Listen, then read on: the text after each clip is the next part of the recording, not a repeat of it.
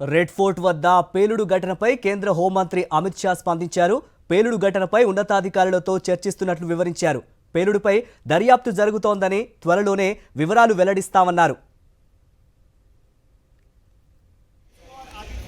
दिल्ली में आज लाल किले के पास करीब शाम को 7 बजे हुंडई i20 कार में एक ब्लास्ट हुआ है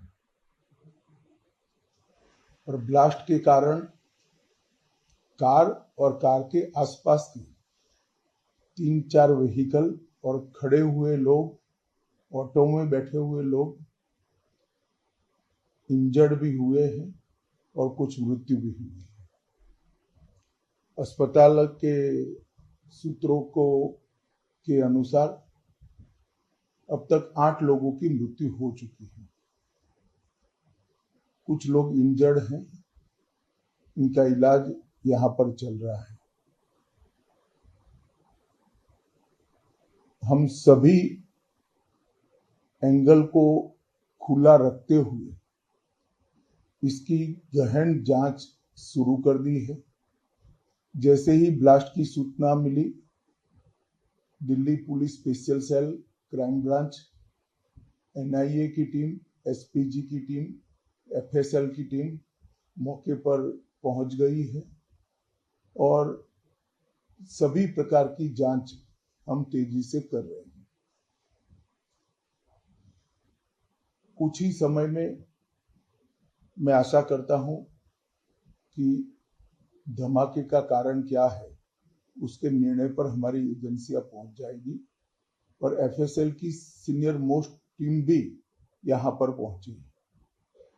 धमाके की सूचना आने के बाद तुरंत ही माननीय प्रधानमंत्री जी का मुझे फोन आया था। उसके बाद प्राथमिक इंफॉर्मेशन लेकर मैंने प्रधानमंत्री जी को भी ब्रीफ किया है।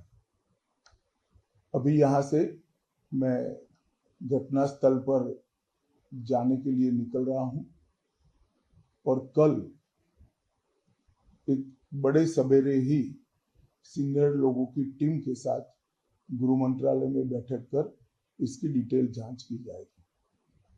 सर, आपको लगता है कि इस हमले के पीछे, जो ब्लास्ट हुआ, इसके पीछे कोई आतंकी हमला है या कोई भी प्लानिंग यहाँ पर की जा रही है? देखिए, हम सभी एंगल्स को ओपन रखकर सभी दृष्टि से जांच कर रहे हैं। घटना किस कारण से हुई ये अभी कहना बहुत मुश्किल है।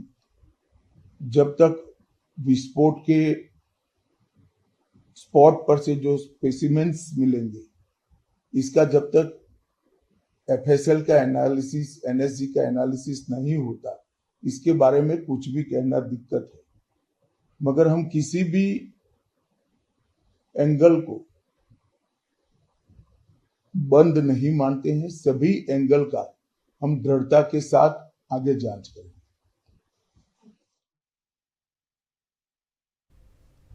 పోలీసులు లేకపోవటం వల్ల ట్రాఫిక్ జామ్ అయిందని, అందువల్లే పేలుడు వల్ల ఎక్కువ మంది చనిపోయారని ప్రత్యక్ష సాక్షులు ఆరోపిస్తున్నారు.